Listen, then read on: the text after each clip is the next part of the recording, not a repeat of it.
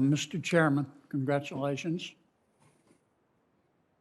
I think it's fair to say that you are, and once you're confirmed, will continue to be one of the most powerful people in the world. So I want to begin today. I have some questions, but first, I have a plea. Above all else, above everything else on your plate, I ask that you please preserve the independence of the Federal Reserve. The last thing that America needs right now is to have the Federal Reserve politicized. It's the last thing the world needs right now. And believe me, the whole world is watching, including our enemies. Now, I get it. Our politics is polarized. I hope you'll remain blissfully ignorant of that. And I get it. I'm not telling you not to listen to elected officials, public officials. I get it. I mean, I can only speak for the Senate. We have some very smart people in the Senate. They have strong opinions and strong personalities. We've got a few senators that, to paraphrase Dave Barry, think they ought to make a Hamilton-style musical about their lives. I get all that. But you've got to remain independent. The dollar, and political fads come and go, but the dollar doesn't. I hope not. The dollar underpins the entire world economy. Politicize it at your own risk. Let me shift gears. Question.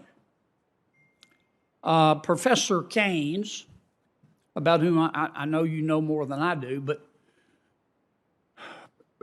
Professor Keynes has seen a resurgence in the last few decades in his number of followers. And of course, we both know, Professor Keynes said, one way to get out of a recession is to have the government spend money it doesn't have, to deficit spend, to stimulate the economy. But Professor Keynes said something else that the media doesn't usually quote. He also said, when you get out of the recession, pay the damn money back, didn't he? Didn't he say that? Yeah, I was gonna add that. What he said was it's okay to do deficit spending, but you should be doing surplus, in good times to sort of keep it. Yeah. Now, behind me is a chart of our public debt going all the way back to, I think, 1990. You don't have to be Euclid to see that the direction is up. And it's been up under Republican administrations, and it's been up under Democratic administrations. It's been up under Democratic and Republican Senates and houses. It's up. So here's my question to you. At what point, how much is too much? At what point in your judgment are we going to hit the point where you have to say, no, that's it. We can't do any more. It's hurting the world. It's hurting our country. So we don't know when that is. And as the world's reserve currency, demand for our paper is very strong. If you had shown that and then asked somebody 15 years ago to predict what interest rates would be, they wouldn't be predicting that the 10-year would be at 175. No. Right? So there's been a lot of demand. But they would have predicted that the debt was going to go up.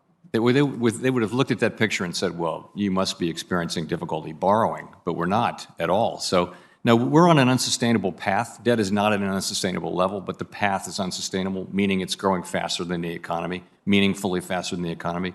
We have to address that over time. We will address it over time. And the better way to do it is soon and to do it in good times. Start when the economy is strong and the taxes are rolling in. And that's since we don't do fiscal policy, but I will say that the sustainability of the debt is something we need to get back to and focus on again. Good luck, Mr. Chairman. Thank you, sir.